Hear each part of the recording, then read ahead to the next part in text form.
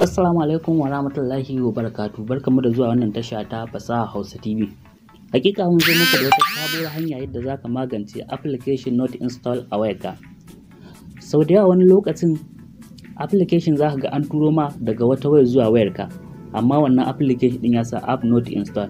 Wani lokacin kuma zaka ga wannan application din downloading din sa kai a wayarka, amma zaka ga application din ya sa ma app not install. To yau mun zo muku da hanyoyi guda biyu yadda za ka magance wannan matsalar akan kowane application, in ma turo ma shi akai, in ma kuma downloading ɗinsa kai ta cikin wayarka, cikin browser ko opera ko kowace browser. Mun zo muku da wata hanya. Kafin mu shiga cikin bidiyon, idan wannan ne zuwan ka na farko wannan tasha mai albarka, ka danna mana alamar subscribe, kana ka danna ƙwarar sanarwa domin samun sababbin bidiyon mu da zarar mun dora. To mu application din mu daman download ɗinsa muka yi, mun riga mun yi download ɗinsa, yana cikin Chrome browser. Sai mu zo mu nemo Chrome browser kamar haka. Ga Chrome browser sai mu danna ta kamar haka. Sai mu zo mu nemo download. Muka nemo download sai mu zo mu nemo wannan application din da muka yi downloading. Mu ga application din mu nan AC Market, sai mu danna shi kamar haka. Yanzu gashi na mun danna install, bara ku ga abin da zai nuna mana. Sai ka danna OK. Za ku ga abin da zai nuna mu. Ga shi na ya sa application apps not installed. Ga shi na ya sa app not installed. To idan application ya baka wannan matsalar, to hanya ta farko abin da za ka fara bi, in ma turo ma shi aka ko download ɗinsa kai, za ka yi back gaba ɗaya. Idan kai back, hanya ta farko za ka zo cikin memorin wayarka, sai ka zo memorin wayarka kamar haka.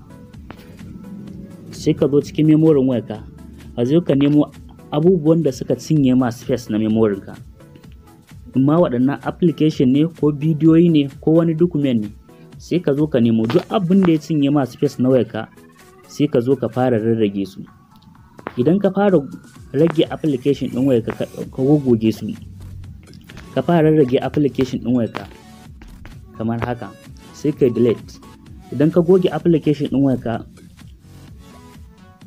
ka koma cikin wannan installing din application din. Bara mu koma ku gani. Bayan ka je ka rage space din da ke kan wayarka, hanya ta farko kenan. Bayan ka rage, sai ka ƙara yin installing din application din ka gani, sai ka install din sa. Bara ku ga abin da yasa, sai in sa OK. To kaga bayan mun rage space din da ke kan wayar mu, application din ya sa app not installed. To kaga hanya ta farko ba matsalar ta bace. Ma'ana kana da space akan wayarka, ba matsala hanya ta farko bace. Sai koma ka je ka bi hanya ta biyu.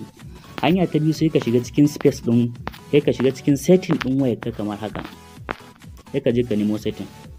Bayan ka nemo setting, sai ka zo inda aka sa security allocation. Za ka ga wata waya kawai iya security aka sa, sai ka zo ka shiga kamar haka. Sai ka zo inda aka sa Google Play Protect, sai ka shige su kamar haka. Bayan ka shige shi kamar haka, ya bude, za ga ya sa no harmful apps found.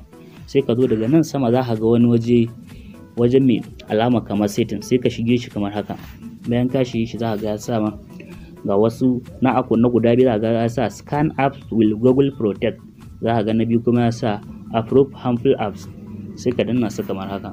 Sai ka ga ya sa ma turn off scanning, sai ka da sa mai turn off. Bayan kayan turn off ɗinsa, sai kai back gaba ɗaya. Sai kai back, sai kuma can cikin wannan application din naka da yake install. Mu da wannan namu yana cikin Opera Chrome browser. Sai mu zo mu nemo shi kamar haka.